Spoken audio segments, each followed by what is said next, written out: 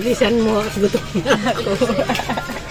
Ito yung nagte-trending na lomi na 150 pesos pero napakalaki ng servings at maraming sahog. Ito po yung lomi pare dito sa San Roque Village, Pastry Dulong Bahay. Dito po yan sa loob ng San Roque Village sa Barangay San Roque, Santo Tomas City, Batangas. Grabe yung dami ng tao na pumupunta dito dahil talaga namang dinadayo siya dahil bukod sa masarap, talaga namang panlaban yung presyo nito. Dahil 150 pesos, halos pang-apat na tao na po yung servings ng kanilang lomi. Kaya doon po sa mga gustong dumayo para kumain dito, pumunta po kayo ng umaga o kaya po ay hapon. Inaabot po sila ng alas 9 ng gabi kaya pwede pa rin kayong pumunta kahit gabi. Ito po yung servings ng kanilang lomi. Talaga namang masasabi mo na bukod sa masarap siya ay sulit yung magiging dayo nyo dito. Meron din po silang mga pansit bihon, mga pansit gisado at meron din po silang binebenta dito na talaga namang magugustuhan nyo. At ito ang sisig.